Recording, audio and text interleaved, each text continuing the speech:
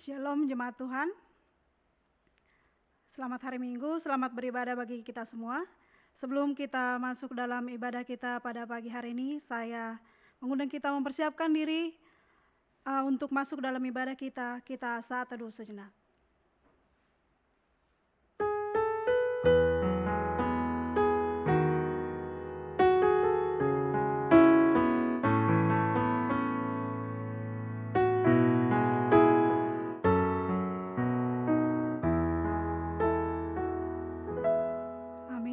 Saya mengundang jemaat bangkit berdiri.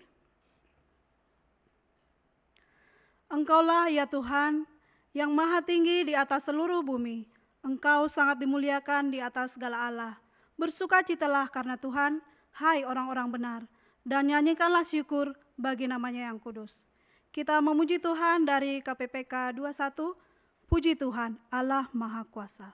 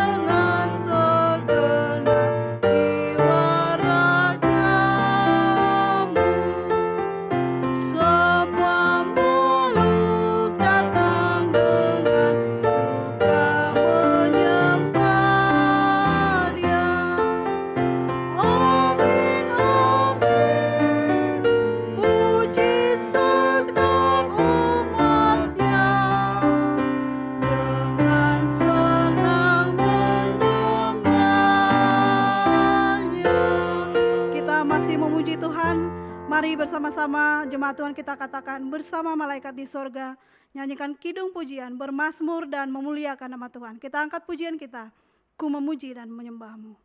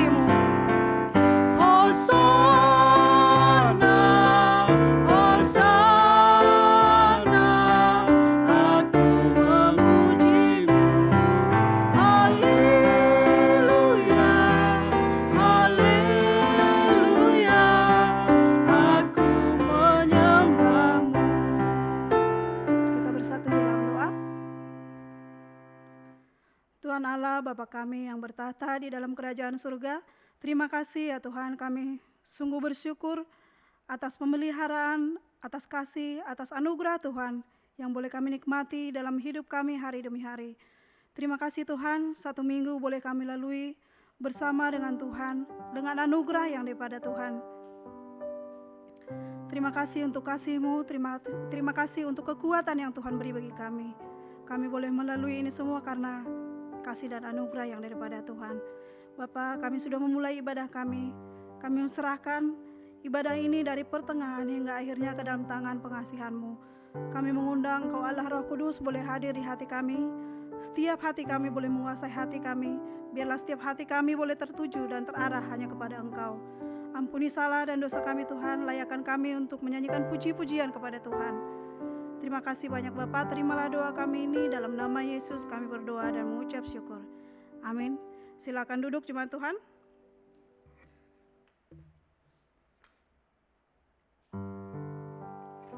Kita akan mempersiapkan diri untuk masuk dalam pengakuan dosa. Sebelumnya kita akan menyanyikan pujian El Shaddai. Biarlah pujian ini juga boleh memberi kekuatan bagi kita pribadi lepas pribadi. Tak usah ku takut karena Allah menjagaku.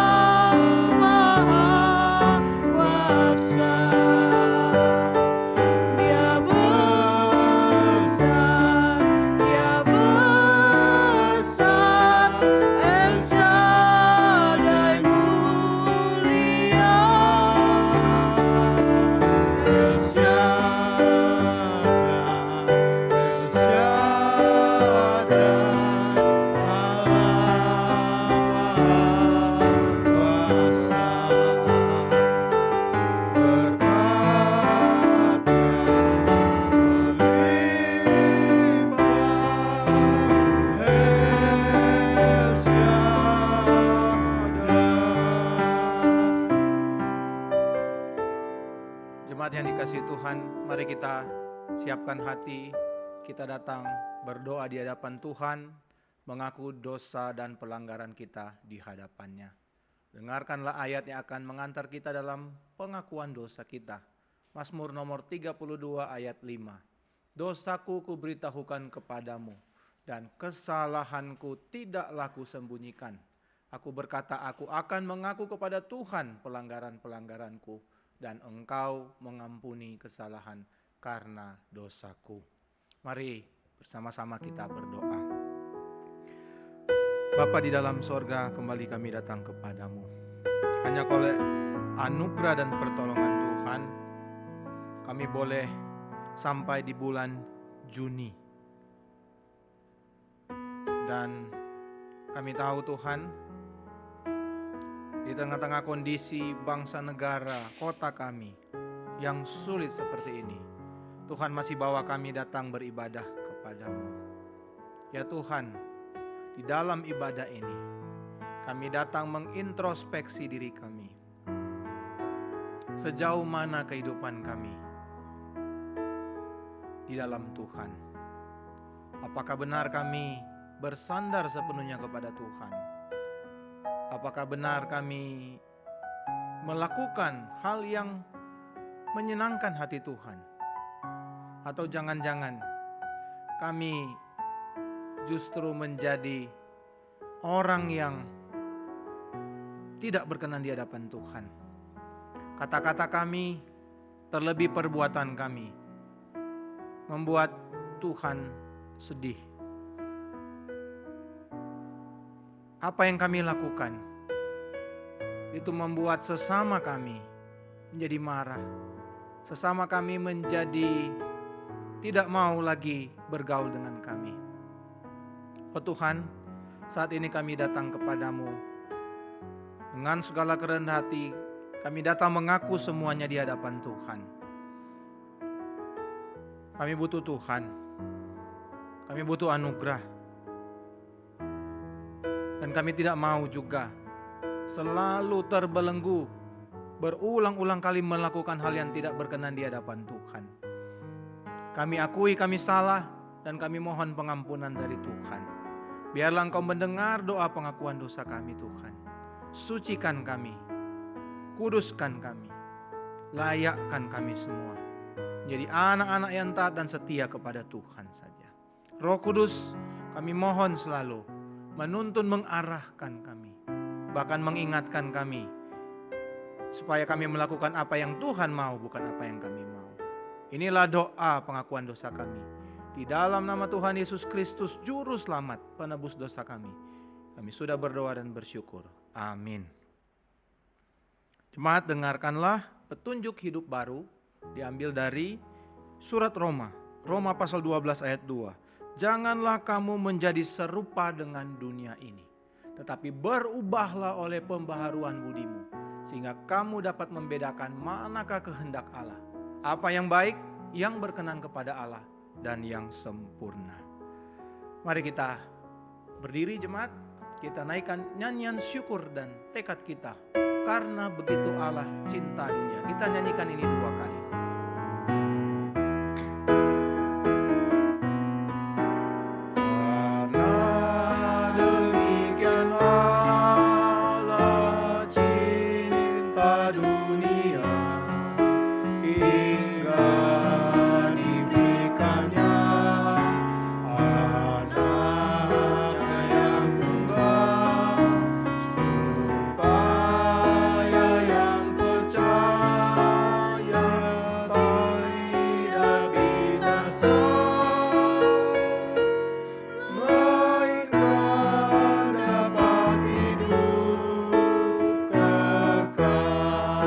Demikian Allah cinta dunia.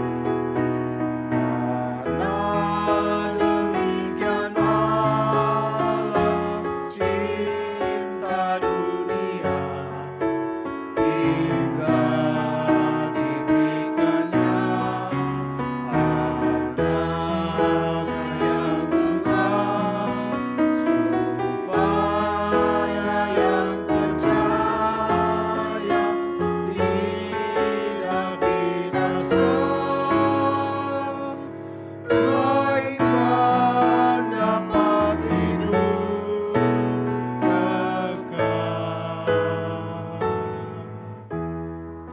Betapa Allah sangat baik dalam kehidupan saudara dan saya. Dia berikan anaknya yang tunggal untuk menyelamatkan kita semua. Itu adalah anugerah Tuhan yang terbesar yang Tuhan berikan kepada kita. Mari bersama-sama setiap orang percaya di setiap gereja, di segala tempat, segala abad.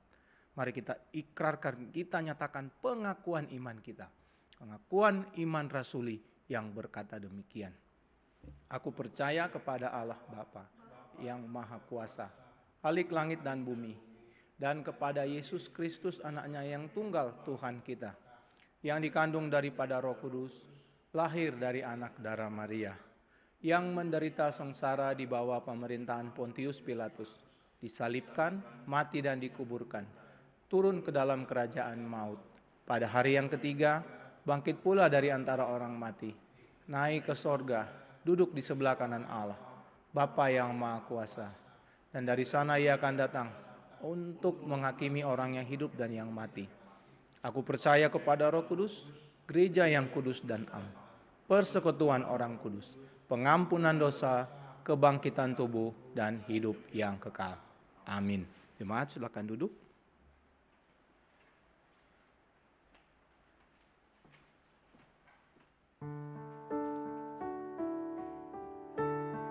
Kita sudah menerima pengampunan dari Tuhan. Saatnya kita akan diisi oleh kebenaran firman Tuhan. Biarlah kiranya firman yang akan kita dengar boleh memberi kekuatan baru bagi kita untuk kita menjalani hari-hari kita ke depan.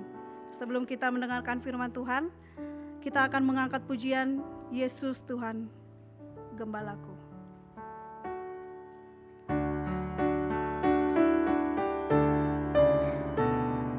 Biarlah pujian ini juga boleh menjadi doa bagi setiap jemaat Tuhan. Tuhan Yesus Gembalaku, pimpin jalan hidupku, bawaku ke ladang hijau, ku dekat di sisimu. Tuhan Yesus, Tuhan Yesus, ku mau dekat padamu. Tuhan Yesus, Tuhan Yesus, ku mau dekat padamu. Ayat 2. Tuhan Yesuslah sobatku yang menuntun jalanku. Meski ku sesat kau cari, bawa ke jalan benar. Tuhan Yesus, Tuhan Yesus, oh dengarlah doaku. Tuhan Yesus, Tuhan Yesus, oh dengarlah doa. Ayat yang ketiga. Ku mau taat kepadamu, turut akan perintahmu. Kasih-Mu memenuhiku, ku mau serahkan diriku. Tuhan Yesus, Tuhan Yesus, Kau mengasihi daku.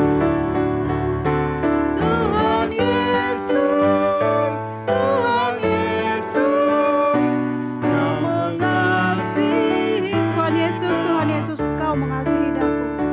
Tuhan Yesus, Tuhan Yesus, Kau mengasihi daku. Tuhan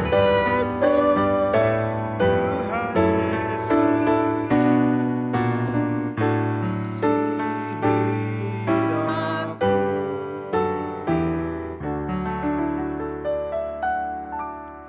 Mari kita berdoa. Yang terbaik sudah Engkau berikan Tuhan. Tanda Engkau mengasihi kami. Apa yang dapat kami balas Tuhan? Selain kami taat dan setia kepada Tuhan saja. Terima kasih untuk waktu dan kesempatan membaca dan merenungkan firman. Ajar kami Tuhan selalu menganggap penting akan hal ini. Kami duduk diam mendengar, kami terkonsentrasi kepada firman. Sehingga ada satu hal lagi pengajaran, ada satu hal lagi suara Tuhan yang berbicara melalui firman untuk kami terapkan di dalam hidup ini. Tolonglah hamba-Mu Tuhan di dalam segala kelemahannya. Biarlah setiap firman yang disampaikan boleh diterima dengan baik oleh seluruh jemaat. Bahkan dibuktikan dalam hidup mereka setiap hari. Berfirmanlah Tuhan, kami semua siap untuk mendengarkannya. Di dalam nama Tuhan Yesus Kristus, firman yang hidup, kami sudah berdoa dan bersyukur. Amin. Shalom jemaat. Ya, tema hari ini adalah Tuhan adalah gembalaku. Kita akan baca dari dua bagian. Yang pertama dari Perjanjian Lama, Mazmur 23 ayat 1 sampai 4, kemudian nanti di Perjanjian Baru dari Yohanes 10 ayat 11 dan 14. Mari sama-sama saya mengajak kita membaca akan firman Tuhan ini. Saya bacakan untuk Bapak, Ibu, Saudara sekalian. Mazmur Daud. Tuhan adalah gembalaku, takkan kekurangan aku. Ia membaringkan aku di padang yang berumput hijau. Ia membimbing aku ke air yang tenang. Ia menyegarkan jiwaku. Ia menuntun aku di jalan yang benar oleh karena namanya. Sekalipun aku berjalan dalam lembah kekelaman, aku tidak takut bahaya, sebab Engkau besertaku. Gadamu dan tongkatmu, itulah yang menghibur aku. Kemudian kita pindah di bagian Perjanjian Baru dari Injil Yohanes 10 ayat 11 dan 14. Ayat 11, akulah gembala yang baik. Gembala yang baik memberikan nyawanya bagi domba-dombanya. Ayat 14, akulah gembala yang baik dan aku mengenal domba-dombaku dan domba-dombaku mengenal aku. Jemaat yang dikasihi Tuhan, ternyata gembala adalah salah satu profesi tertua di dunia. Saudara, profesi gembala ini ternyata sudah dimulai sejak 5.000 tahun yang lalu. Sebelum zaman Tuhan Yesus, profesi ini sudah ada. Dan dimulai dari, menurut informasi dari Asia Kecil, kemudian dia menyebar ke benua Eropa. Dan sangat menarik, di dalam satu keluarga Yahudi, Bapak Ibu Saudara, biasanya profesi gembala ini akan ditemukan di anak yang paling bungsu atau anak yang termuda di dalam keluarga. Mengapa demikian? Saudara, pekerjaan gembala adalah pekerjaan rendahan dan seringkali tidak dianggap. Karena itu kalau ada dalam satu keluarga, ketika anak tertua beranjak dewasa, dia akan mewariskan pekerjaan gembala kepada adiknya yang selanjutnya. Kemudian yang anak tertua ini, dia akan membantu ayahnya mungkin bertani atau juga mungkin memenuhi panggilan bangsa, yaitu menjadi prajurit. Saudara, siklus seperti ini terus menerus berlaku sampai kemudian kepada anak yang paling bungsu. Ya, saudara masih ingat bagaimana di 1 Samuel 16 ayat 11 ketika Nabi Samuel datang ke rumahnya Isai untuk mencari seorang anak dari Isai untuk diurapinya menjadi raja. Ayat 11 berkata apa? Ini ke anakmu semuanya. Saudara, apa yang menjadi jawaban dari Isai? Isai menjawab, masih ada satu lagi. Anak yang bungsu, tetapi dia sedang mengembalakan kambing domba. Saudara tahu pasti siapa dia. Dia adalah Daud. Ya, Daud anak bungsu dari 8 bersaudara laki-laki. Dan seperti yang saya katakan sebelumnya, warisan mengembalakan domba jatuh ke tangan Daud. Dia yang jadi pengembala domba. Saudara, pengalaman Daud, anak bungsu, menjadi gembala domba. Dan kemudian di dalam perjalanan hidupnya, si gembala ini menjadi seorang raja Israel yang besar. Semuanya itu digambarkan di dalam beberapa mazmur yang digubah oleh Daud. Salah satunya saudara-saudara adalah Mazmur nomor 23 yang kita baca baru saja. Jemaat yang dikasihi Tuhan, menjadi gembala domba tidak gampang. Ya. Yang pertama adalah gembala itu harus mengerti karakteristik domba peliharaannya.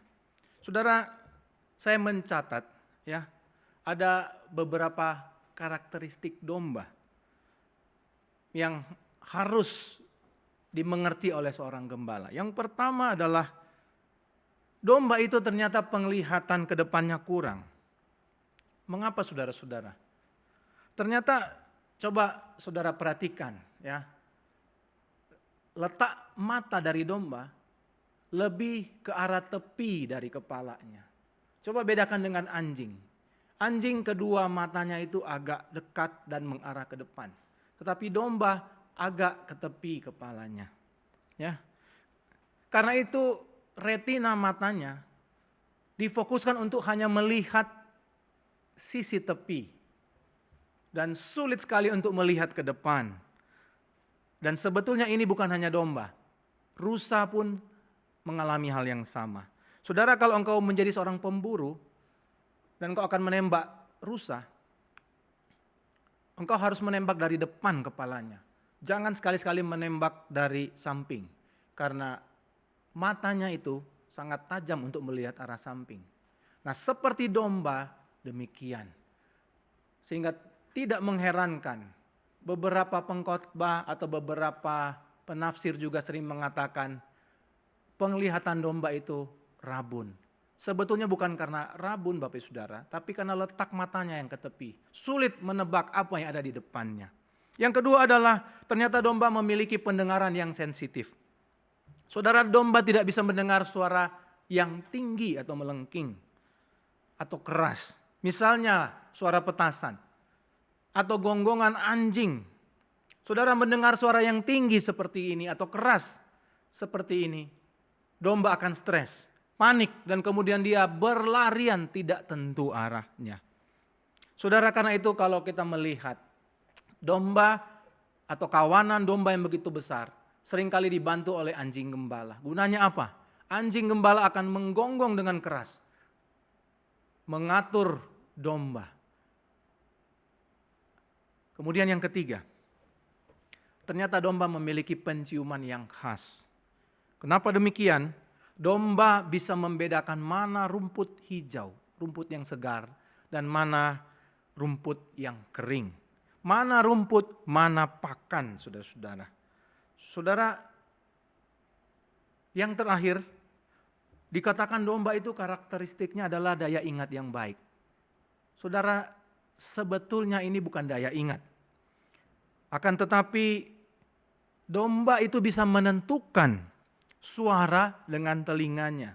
Jadi suara yang masuk memiliki amplitudo yang merupakan sinyal khusus bagi mereka. Dan hal ini bisa disempurnakan dengan menggerakkan telinga mereka atau domba ini mendongak kepala ke atas, saudara-saudara. Karena itu kita sering mendengar, domba ini hanya mau mendengar suara gembalanya. Karena hanya sinyal amplitudo, suara gembala yang dia dengar setiap hari. Nah saudara, coba saudara datang ke peternakan domba dan saudara memanggil domba-domba itu. Dari berbagai macam video klip, saudara bisa melihat domba itu bukan memiliki daya ingat sebetulnya. Tapi dia menangkap suara atau sinyal dari gembalanya. Dan hanya suara itulah yang akan dia turuti. Saudara mungkin bertanya, mengapa saya harus tahu karakteristik domba? Saudara, paling tidak hal-hal yang saya katakan tadi, ya, pendengaran ke depan yang kurang, tidak bisa mendengar suara yang keras, penciuman yang tajam membedakan rumput hijau dan kering, daya ingat mendengar suara gembala. Saudara, semua ini adalah informasi yang akan menolong kita untuk bisa memahami kalimat demi kalimat yang ada di Mazmur 23 ini. Mazmur 23 ini menggunakan bahasa metafora gambaran, saudara-saudara. Misalnya, mengapa Daud menulis padang yang berumput hijau? Mengapa Daud menulis air yang tenang? Mengapa Daud menulis gada dan tongkat? Kenapa Daud tidak menulis anjing gembala misalnya? Saudara-saudara, saya mengajak kita merenungkan ayat demi ayat. Apa yang dimaksudkan dengan Tuhan adalah gembalaku. Saudara, Daud menulis Mazmur ini. Daud menulis Mazmur ini berdasarkan pengalaman pekerjaan dia sebagai seorang gembala.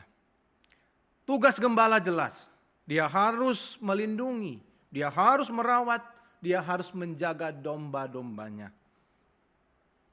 Dan gambaran gembala inilah yang dipakai Daud untuk mendeskripsikan Allah.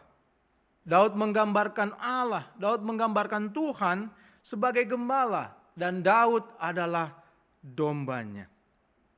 Saudara, padahal kita sendiri tahu pekerjaan gembala itu tadi saya katakan apa? Pekerjaan kelas rendahan. Tetapi bagi Daud, saudara-saudara, peran Allah sebagai gembala mempunyai arti besar di dalam hidupnya. Dan hari ini kita merenungkan 3 hal. Bagaimana Allah sebagai gembala. Bagaimana Daud melukiskan Allah itu sebagai gembala bagi dirinya. Dan tentu saja bukan hanya bagi Daud, tetapi bagi kita semua umat gembalaannya. 3 hal, saudara-saudara. Yang pertama adalah sebagai gembala, Allah sebagai gembala, Ia menyediakan bagi kita. Yang kedua, sebagai gembala, Allah menuntun kita. Dan hal yang ketiga, sebagai gembala, Allah melindungi kita. Mari kita lihat hal yang pertama. Ia sebagai gembala, Allah sebagai gembala menyediakan bagi kita. Saudara, ayat yang pertama. Tuhan adalah gembalaku, takkan kekurangan aku. Saudara, perhatikan kata terakhir, kekurangan.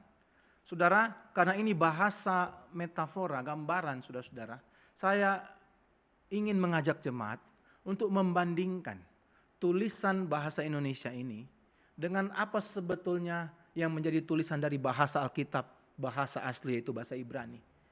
Tentu ada maksud mengapa Daud menggambarkan seperti itu. Saudara, kita lihat kekurangan, bahasa Alkitab bahasa Ibrani ehsar, berasal dari kata haser, dan artinya adalah berkeinginan akan suatu kebutuhan. Saudara, bagaimana kita mengkaitkan ayat ini? Tuhan adalah gembalaku, kemudian artinya sebetulnya adalah berkeinginan akan suatu kebutuhan. Saudara, arti ehsar ini atau haser ini sama dipakai di Ulangan 2 ayat 7 bagian akhir. Kalau punya Alkitab, silakan Bapak Ibu Saudara baca Ulangan 2 ayat yang ke-7 bagian terakhir. Saudara, waktu itu Musa berbicara tentang perjalanan orang Israel di padang gurun. Dan Musa berkata begini, selama 40 tahun Allahmu menyertai engkau dan engkau tidak kekurangan apa-apa. Artinya apa, Bapak Ibu Saudara? Meskipun bangsa Israel melakukan perjalanan bertahun-tahun di padang gurun yang tandus, Allah tidak membiarkan Israel berkeinginan akan suatu kebutuhan. Artinya apa? Allah menyediakan semua yang mereka perlukan. Sehingga bangsa Israel meskipun berada dalam kondisi yang sulit di padang gurun, tapi mereka merasa cukup. Nah, jemaat dikasihi Tuhan, kondisi yang sama dirasakan oleh Daud terhadap Allah Yahweh sebagai gembala. Sebagai gembala, Allah menyediakan semua yang dibutuhkan oleh Daud. Sampai Daud sendiri merasa cukup dan dia tidak berkeinginan akan suatu kebutuhan. Jadi saudara, kalau saya pakai arti ini kurang lebih seperti di bagian terakhir di slide, saudara. Tuhan adalah gembalaku, tidak dalam kurung aku akan berkeinginan suatu kebutuhan. Jadi kalau Tuhan jadi gembalanya Daud, Daud merasa cukup. Dia tidak punya keinginan apa-apa lagi. Nah saudara, di dalam metafora gambaran Allah sebagai gembala, apa saja yang disediakan Allah sehingga akhirnya domba-dombanya itu merasa cukup. Saudara, itu semua ada di ayat selanjutnya. Ayat yang kedua. Daud mengatakan, ia membaringkan aku di padang yang berumput hijau. Saudara, sewaktu dikatakan membaringkan aku di padang yang berumput hijau. Saudara, saya mengajak kita memahami esensi atau tugas gembala. Tugas gembala apa? Jelas menggembalakan. Tetapi saudara-saudara, tahukah ada satu hal yang menarik? Saya kembali lihat bahasa asli. Bahasa asli ternyata arti gembala atau menggembalakan itu sama dengan arti memberi makan. Bahasa Inggris pastur. Pastur kalau saya terjemahkan bahasa Indonesia, memberi makan rumput hijau. Nah saudara, menarik bukan? Sebetulnya semua itu terkait. Ya, domba padang rumput, domba makan rumput hijau. Saudara. Nah saudara, sekedar informasi. Domba itu dia bisa bertahan kalau dia makan rumput kering. Catat, domba bisa bertahan makan rumput kering. Tetapi domba bisa sejahtera, makmur, gemuk kalau dia makan rumput yang hijau. Saudara, rumput hijau ternyata adalah bahan yang bergizi untuk domba. Dan satu lagi, rumput yang hijau memiliki kelembapan air yang berguna bagi domba jika tidak ada sumber air untuk diminum.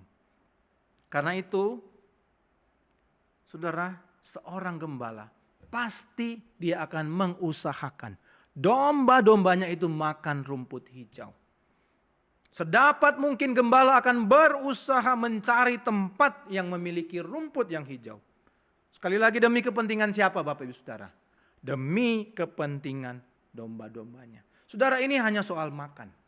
Dia membaringkan aku di padang yang berumput hijau. Bagaimana dengan air? Kata selanjutnya dikatakan, ia membimbing aku ke air yang tenang. Saudara, tidak hanya makanan yang diperhatikan oleh gembala, tapi juga air. Ya, perhatikan kata air yang tenang, saudara. Apa maksudnya air yang tenang? Air yang tenang bukan berarti tidak ada aliran air atau air mati, mungkin kita katakan. Yang dimaksudkan pemazmur Daud ini dengan air yang mengalir dengan tenang adalah air yang mengalir tetapi tidak cukup deras. Ya. Air yang mengalir dengan tenang itu lebih baik saudara-saudara dari air yang mati. Kenapa? Jangan-jangan air yang diem, air yang mati itu berbahaya. Penuh bakteri mungkin, penuh racun. Kita tidak tahu, mungkin ada bangkai di dalam dan lain-lain. Di satu pihak saudara-saudara, jika aliran air itu cukup kuat atau deras, saudara masih ingat karakteristik domba? Dia akan sulit sekali untuk minum. Karena dia sensitif dengan suara yang keras. Belum lagi saudara-saudara kalau dia panik, kemudian dia terjun ke air yang deras, selesai sudah. Jadi saudara-saudara, apa yang kita bisa pelajari dari poin ini? Ketika pemazmur mengatakan, ia membaringkan aku di padang rumput yang hijau. Ia membimbing aku ke air yang tenang. Saudara, artinya apa? Daud percaya akan pengaturan dan pimpinan Tuhan. Tuhan pasti akan membawa dia ke padang yang berumput hijau. Tuhan pasti akan memberi dia air di mana alirannya tenang. Saudara, sebagai gembala, Tuhan menyediakan apa yang terbaik yang dibutuhkan oleh domba-dombanya. Amin Bapak Ibu Saudara. Amin. Mari kita lihat ayat selanjutnya. Saudara, kalau tadi kita sudah melihat ia menyediakan. Bagaimana Allah sebagai gembala menyediakan apa yang kita butuhkan. Sekarang kita melihat bagaimana Allah sebagai gembala menuntun kita sebagai domba-dombanya. Ayat selanjutnya dikatakan, ia menyegarkan jiwaku, ia menuntun aku di jalan yang benar. Saudara-saudara, ia menyegarkan jiwaku.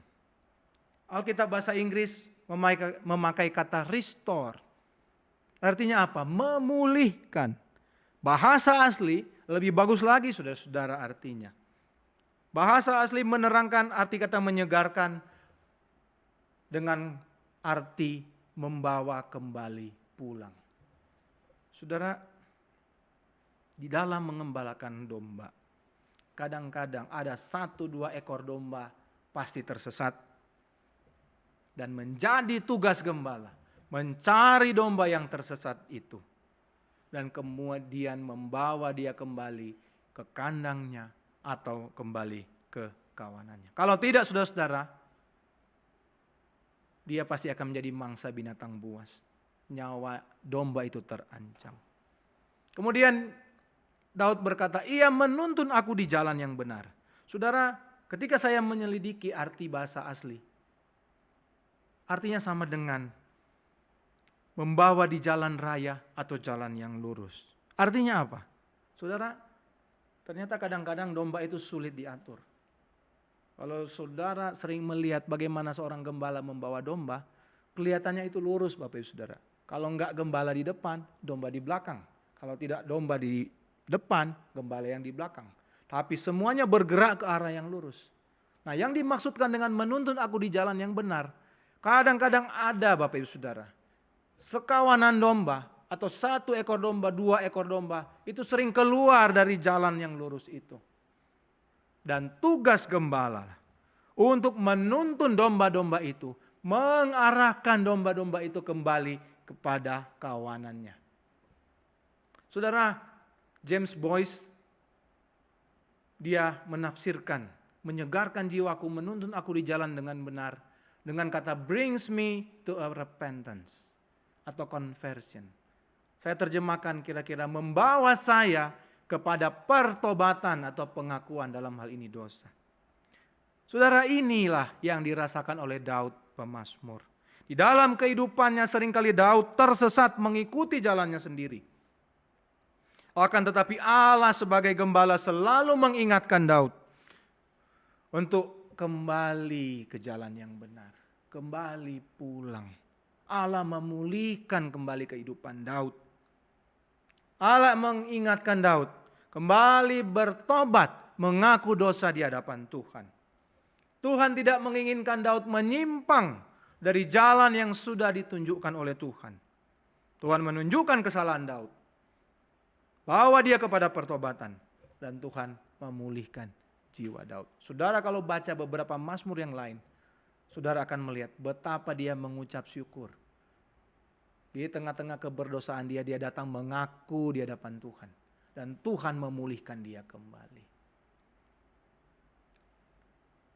Inilah arti kata peran gembala sebagai penuntun di dalam kehidupan Daud. Yang ketiga adalah sebagai gembala, Allah melindungi.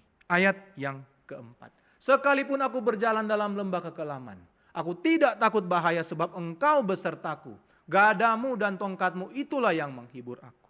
Saudara, Allah sebagai gembala, dia menyediakan apa yang kita butuhkan. Allah sebagai gembala, dia menuntun kita sebagai domba-dombanya. Bawa kita kembali pulang kalau kita tersesat.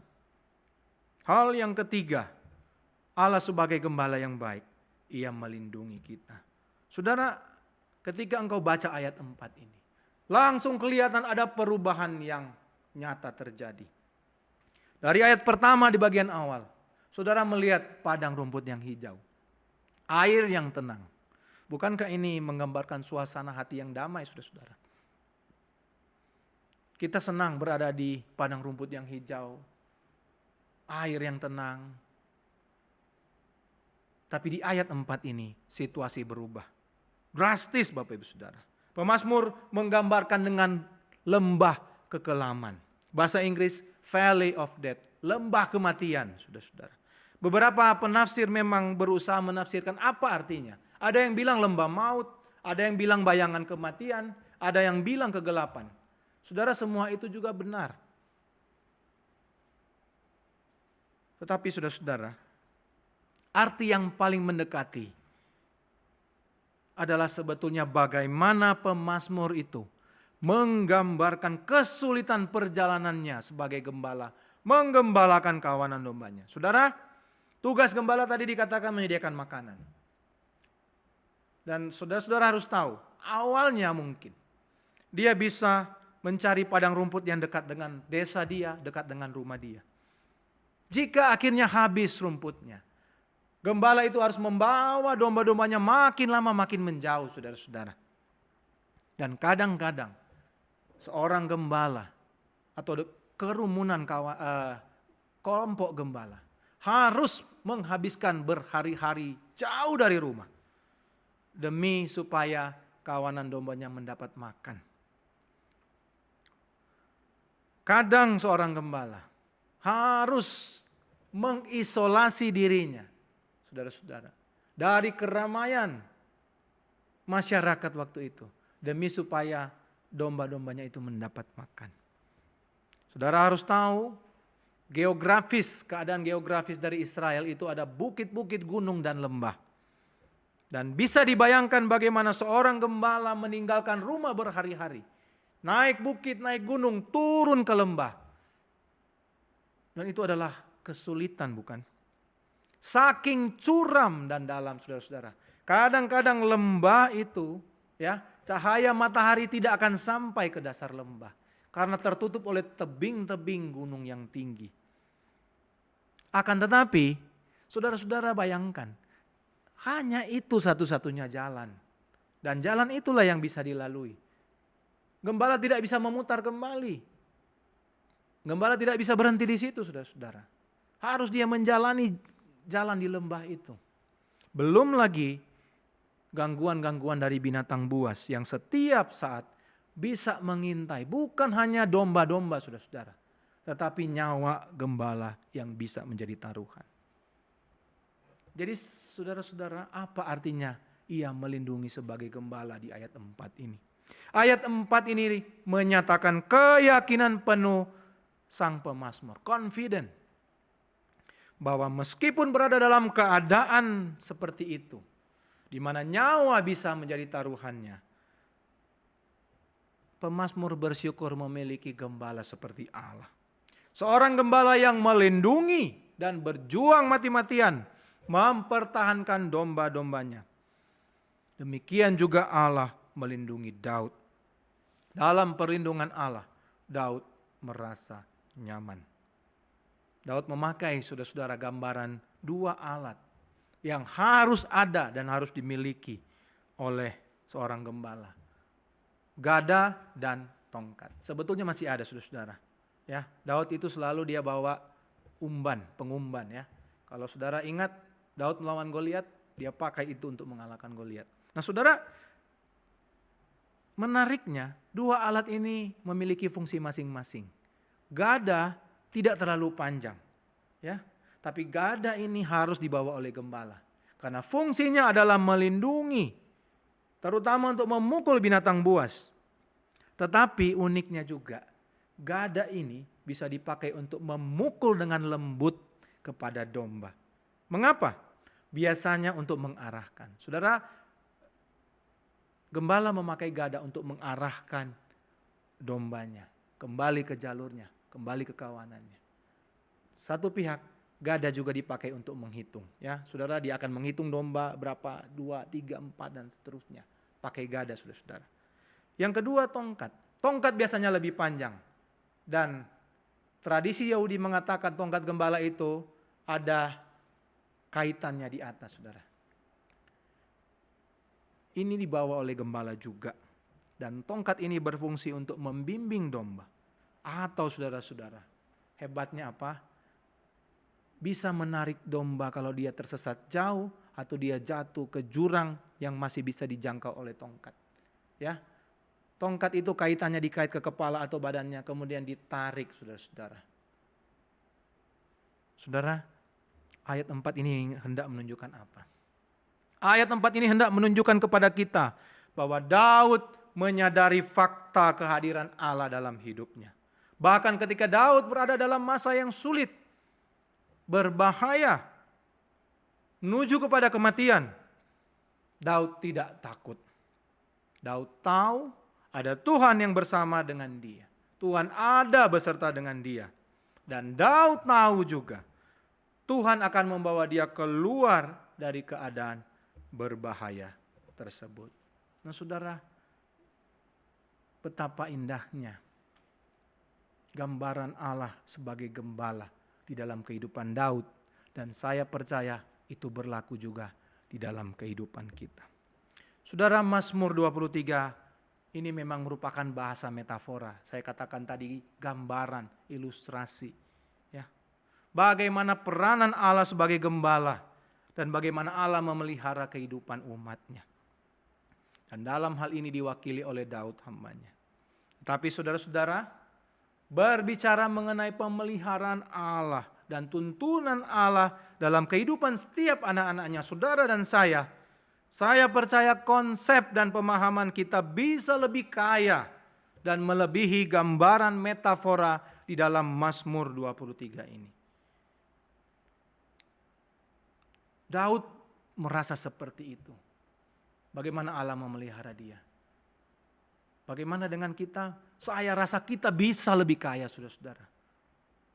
Banyak sekali gambaran, bukan sekedar gembala, saudara-saudara. Kebaikan Allah dalam hidup kita. Banyak, saudara-saudara. Peranan Allah sebagai gembala telah digenapkan di dalam diri siapa? Yesus Kristus. Di dalam Yohanes 10 ayat 11 sampai 18. Yesus secara eksplisit menjelaskan perannya sebagai gembala yang baik. Saudara, saya mengambil 2 ayat saja yang kita baca tadi, 11 dan 14. Akulah gembala yang baik memberikan nyawanya bagi domba-dombanya. Akulah gembala yang baik, dan aku mengenal domba-dombaku dan domba-dombaku mengenal aku. Saudara, ayat 11 mengatakan, gembala yang baik memberikan nyawanya bagi domba-dombanya. Saudara, bicara soal memberikan nyawa, bukan sekedar bahasa metafora lagi. Ya, Yesus tidak hanya sekedar bicara, menggambarkan. Tapi Yesus sudah buktikan di kayu salib. Yesus memberikan nyawanya bagi kita semua. Untuk apa? Supaya kita semua kembali ke jalan yang benar. Supaya kita semua kembali dipulihkan. Sang gembala itulah yang harus mengorbankan nyawanya bagi kita. Saudara, Yesus tidak hanya menyediakan kebutuhan jasmani kita. Tapi dia menyediakan kebutuhan rohani yang paling penting, saudara-saudara. Dengan mengorbankan nyawanya di kayu salib. Apalagi yang kurang, saudara-saudara. Tidakkah engkau merasa cukup? Jasmani dia berikan, rohani juga dia berikan. Ayat 14 pasal 10 dikatakan apa? Sebagai gembala yang baik, Yesus mengenal domba-dombanya. Dan domba-dombanya mengenal Yesus. Apa artinya? Saudara-saudara, tidak ada yang engkau sembunyikan di hadapan Tuhan. Ia sangat mengenalmu. Ia tahu kehidupanmu. Ia tahu engkau lagi senang. Dia tahu engkau lagi susah. Dia tahu engkau lagi bergumul. Dia tahu engkau lagi menangis saat ini. Dia tahu engkau sedang berada di masa-masa sulit seperti saat ini. Saudara, ini bicara soal personal sense kita. Bagaimanakah pengenalanmu? Sejauh manakah engkau mengenal Tuhan? Tuhan mengenalmu dengan baik. Apakah engkau mengenal Yesus sebagai gembala dengan baik? Yang terakhir, saudara-saudara. Di dalam relasi kita dengan Tuhan, seperti gembala dan domba, saya perlu mengingatkan satu hal ini. Kenapa? Karena kita bisa salah memahami konsep ini. Ketika engkau mengenal Yesus, taat mengikut Yesus seperti domba mengikuti sang gembala. Tidak sama artinya dengan semua itu akan aman. Tidak sama artinya dengan semuanya terkendali, enak, setiap masalah tuntas. Pekerjaannya selesai dengan baik. Atau konteks saat ini, saudara-saudara, tidak akan terinfeksi corona. Saudara, kita bisa beralasan. Kan ada Tuhan. Kan ada gembala yang menjaga. Ada gembala yang menyediakan. Ada gembala yang melindungi. Tidak, saudara-saudara. Ini pemikiran yang salah. Yesus mengajarkan kepada kita, anak-anaknya, bagaimana menghadapi realitas pergumulan dalam hidup kita. Kenapa? Yesus sendiri mengalami bagaimana dia berproses sebagai manusia. Yesus sendiri mengalami bagaimana dia harus pikul salib menderita untuk kita. Tapi Yesus tidak pernah lari dari realitas dan kenyataan penderitaan ini. Dia terima semuanya, saudara-saudara. Dalam konteks kita saat ini, betul saudara-saudara, Yesus memberikan rasa aman dari segala ketakutan dan kekhawatiran kita. Tapi saya percaya, dia izinkan kita mengalami masa-masa yang sulit ini. Saudara, tidak terasa kita udah tengah tahun. Kalau mau dihitung-hitung lagi saudara-saudara, 2-3 bulan ini kita seperti tidak ada apa-apa.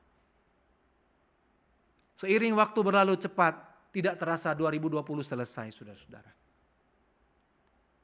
Tapi Tuhan izinkan ini terjadi saudara-saudara.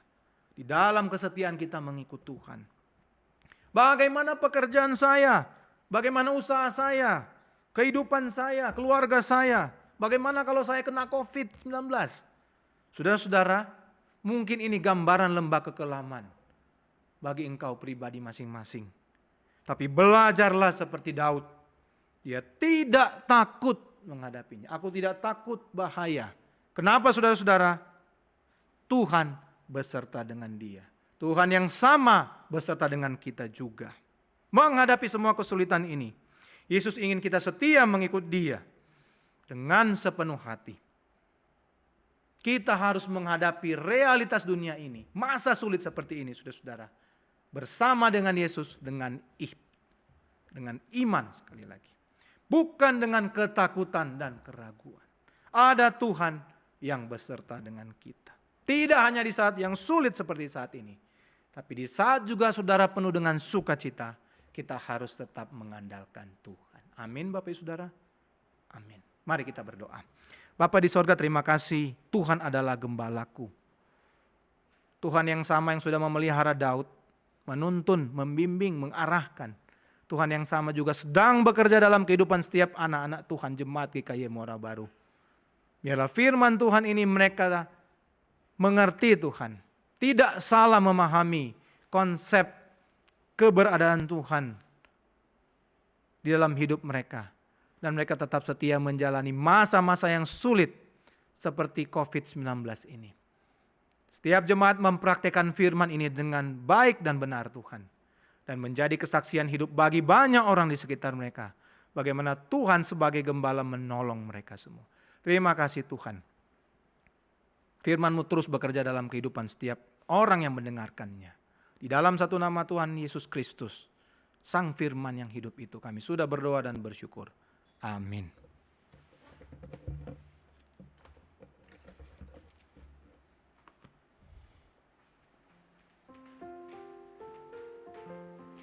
Kiranya setiap firman yang sudah kita dengarkan barusan boleh menjadi kekuatan untuk kita menjalani hari-hari ke depan. Kita akan memberikan persembahan kita akan memberikan ucapan syukur kita melalui persembahan. Bagi Bapak Ibu yang mau memberikan persembahan melalui transfer, bisa melalui transfer ke GKY, BCA, ataupun melalui aplikasi-aplikasi yang tertera di layar. Jangan salah ya, namanya Gereja Kristus Yesus, ada kodenya di belakang PL. Bisa juga mengumpulkan di rumah, nanti bawa ke gereja melalui pemberitahuan melalui pemberitahuan di grup jemaat, atau besok hari Minggu setelah ibadah mulai jam 11 ditunggu di gereja sampai jam 14.00.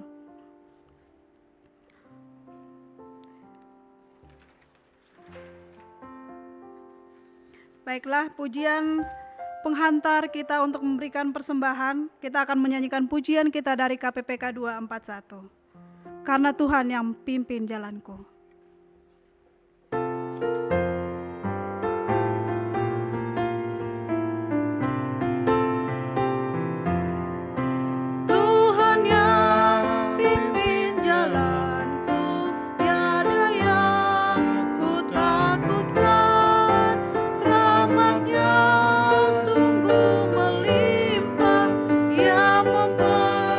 Mempedulikanku dalam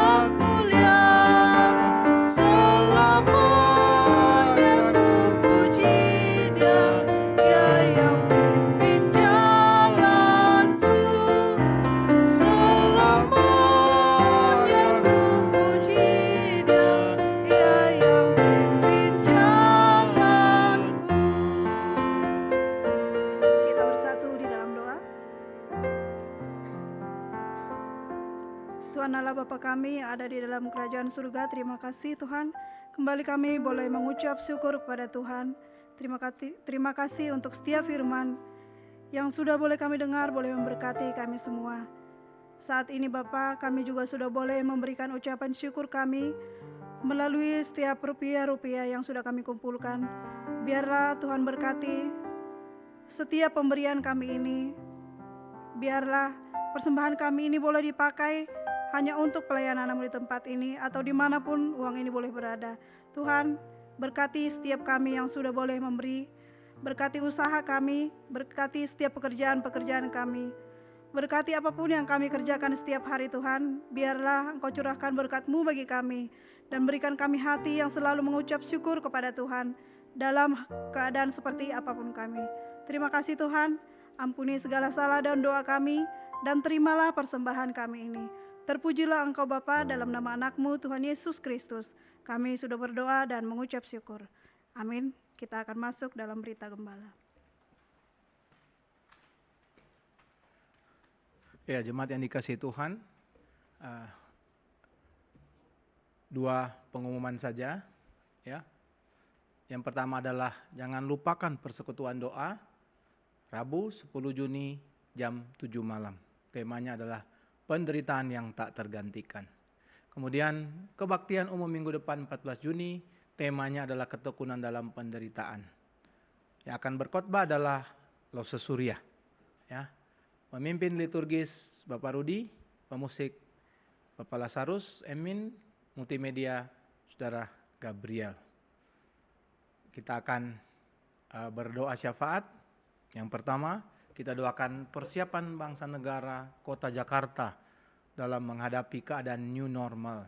Ya, Saudara Gubernur mulai mengizinkan semua dibuka, rumah ibadah, tempat rekreasi, tempat makan,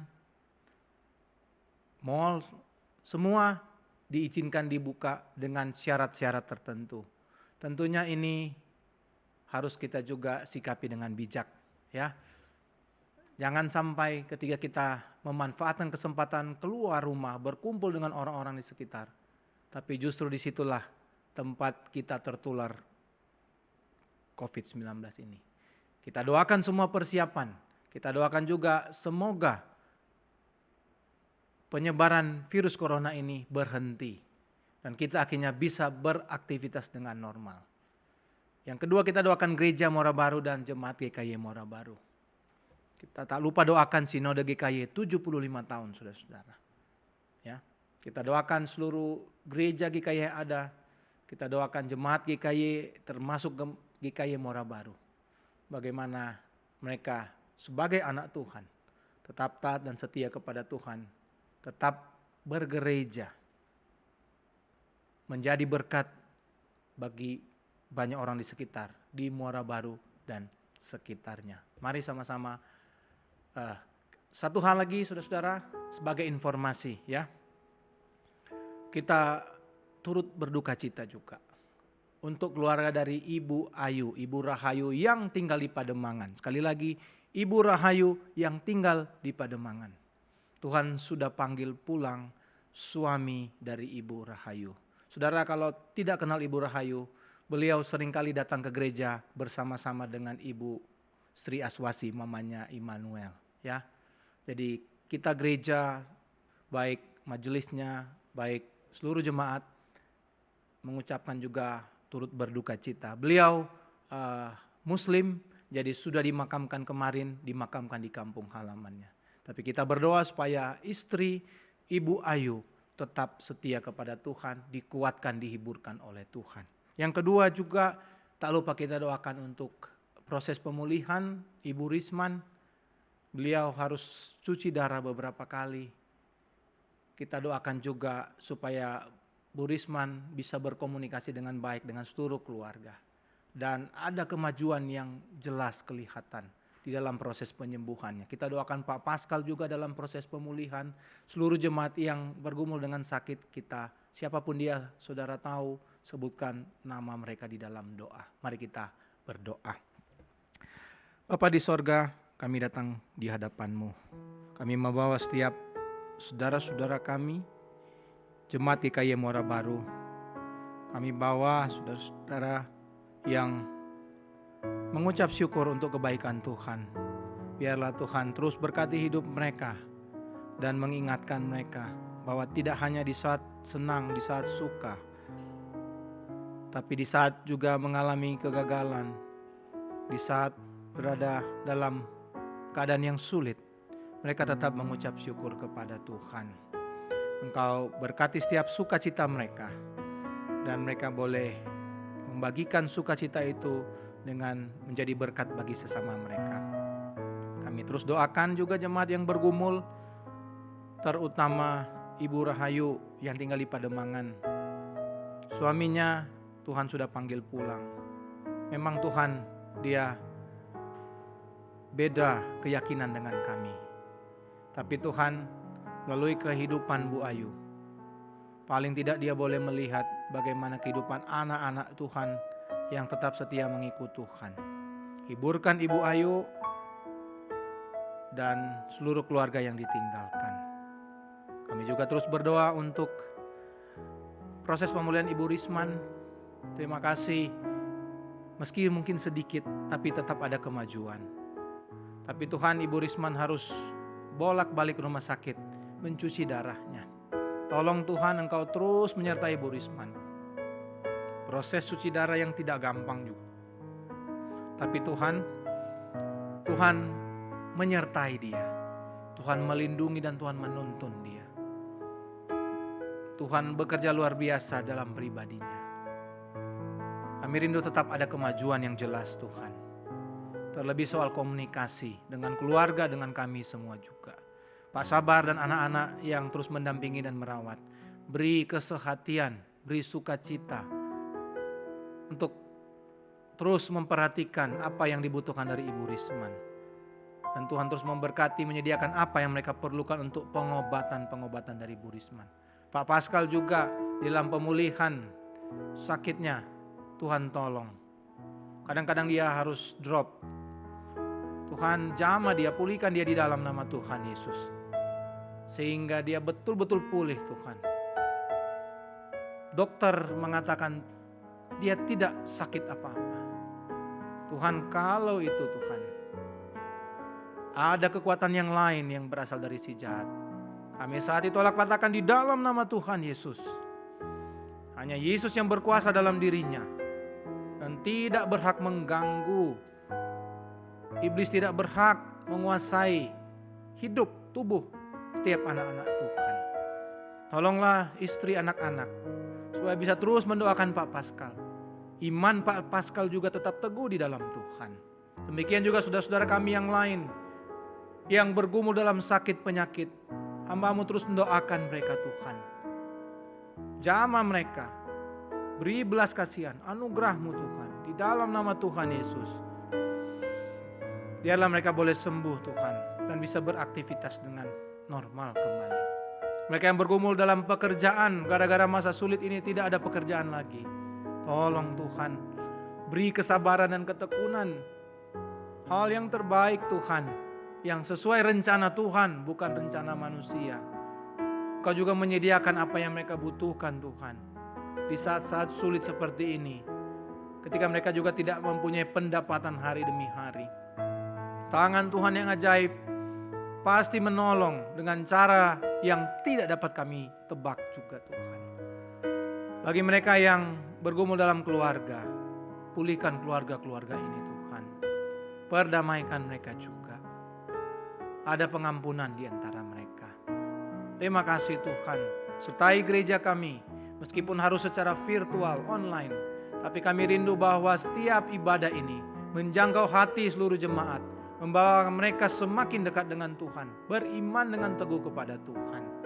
Kau jaga lindungi juga gedung gereja ini dari musibah-musibah yang ada. Dari pencurian dan lain-lain.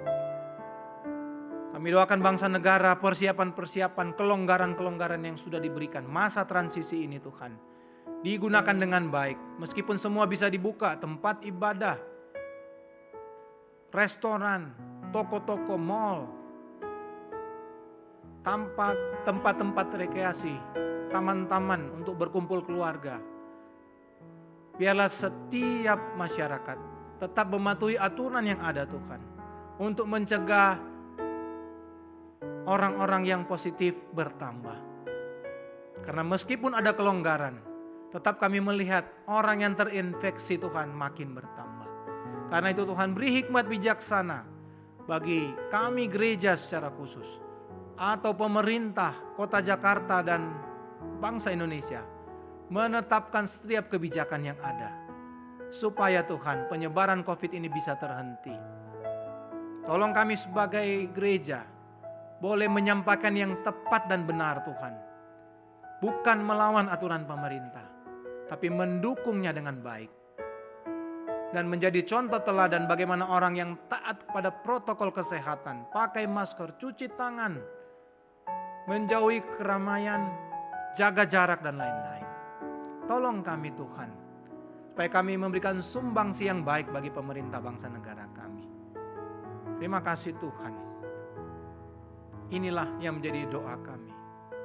Doa yang kami bawa di dalam satu nama, Yesus Kristus Gembala yang baik, Juru Selamat kami, yang sudah mengajar kami doa Bapa kami akan ucapkan bersama-sama. Bapa kami yang di sorga, dikuduskanlah namamu. Datanglah kerajaanmu, jadilah kehendak-mu di bumi seperti di sorga. Berikan kami hari ini makanan kami yang secukupnya. Dan ampunilah kami akan kesalahan kami, seperti kami juga mengampuni orang yang bersalah pada kami. Jangan membawa kami ke dalam pencobaan, tapi lepaskan kami daripada yang jahat. Karena Engkau yang punya kuasa dan kemuliaan sampai selama-lamanya. Amin. Jemaat, mari kita bangkit berdiri. Kita naikkan pujian, doksologi pengagungan kita kepada Tuhan. Kemudian kita terima berkat-Nya.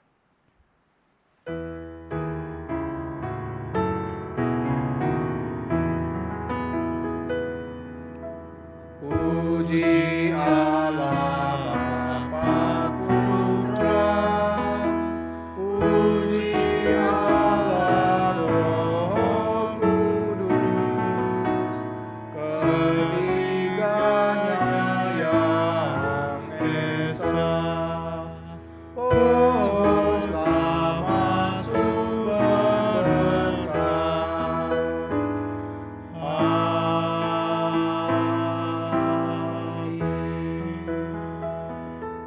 Jemaat, arahkanlah hatimu kepada Tuhan dan terimalah berkat-Nya.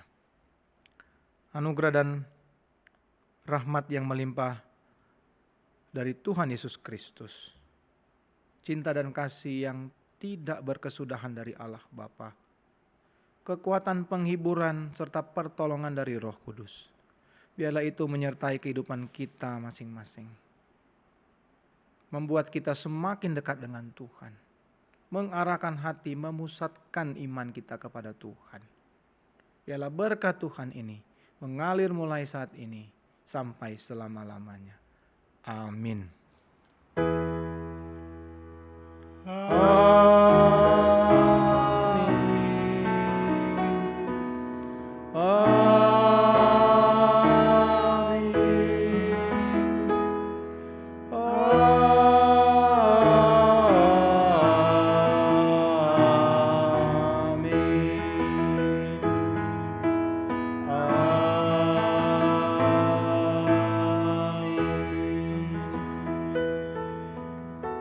Jemaat, silakan duduk.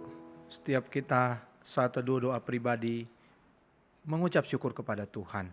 Kebaktian kita selesai. Tuhan memberkati.